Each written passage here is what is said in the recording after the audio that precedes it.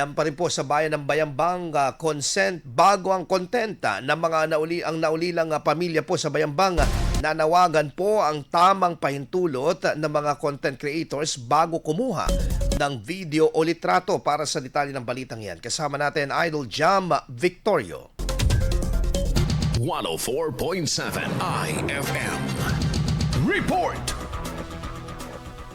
Isang naulilang pamilya mula sa Barangay Malambong Sur, Bayambang ang nananawagan sa mga vloggers o content creators na humingi ng tamang pahintulot bago kumuha ng litrato o video.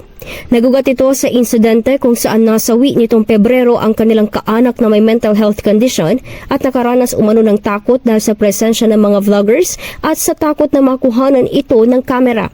Ayon sa pamilya, nagsimula ang pagbisita ng isang vlogger noong Disyembre 2025 upang tulungan umano ang kanilang tiyuhin sa pagkuha ng video nito. Ngunit dahil sa takot, umalis umano ito sa bahay at hindi umuwi ng 2 araw. May pumuntang vlogger po kasi dito. Kilala po siya sa social media bilang tumutulong sa mga may kapansanan, may hirap, ma'am. Sabi po nila, kapag i-interview pa daw ng yung tiyuhin ko, itali daw po, igapos nila. Ngayon po, hindi kami pumayag kasi hindi naman po nananakit yung tiyuhin ko. Nitong Enero, inulit ang tangkang pagkuha ng video at 3 linggong hindi umuwi ang biktima. Natagpuan na lamang itong naaagnas na bangkay ng isang magsasaka habang nagpapatubig sa maisan matapos ang ilang linggong paghahanap ng pamilya. Base sa medical examination, 1 linggo na umanong pumanaw ang kanilang kaanak bago pa matagpuan dahil sa posibleng nainom na insecticide.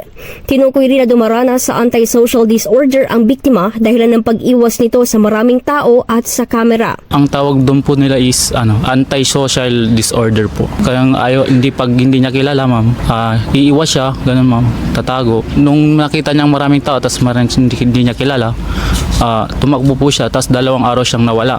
Nahanap na lang po namin siya doon sa Bukid, yung Kubo. Around January 26, bumalik ulit yung vlogger, yung taga rito rin lang. Gusto niya ulit kunan si uncle ko kasi tutulungan niya raw. Sabi ni nanay ko, ma'am, hindi, wag na, ayaw niya yan. Yung vlogger, ma'am, pinilit niya na kuhanan pa rin ng video.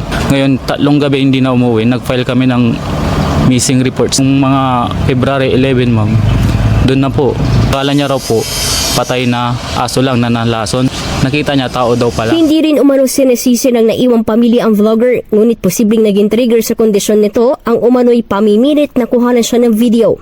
Aminado sila na mabait at tahimik ang biktima at masakit lamang ang nangyari sa kabila ng pag-aalaga nila rito. Talagang masakit para sa amin kasi hindi naman talaga nananakit ng tao si uncle namin eh. Talagang masakit sa namin dahil hindi naman magkakaganon yun kung wala talagang kinatakutan. Samantala, patuloy pa rin hinihintay ng IFM News Tigupan ang tugon ng naturang content creator upang hingin ang kanyang panig. Magsilbi sana umano itong paalala sa mga content creators. Humingi ng pahintulot, alamin ang kondisyon ng subject at respetuhin ang kabuuan ng content bago ito gawin. Alam ko hindi niya ginusto, pero kasi alam niya naman na may mental health issue yung uncle ko, pero nag-insist pa rin siyang kuhanan.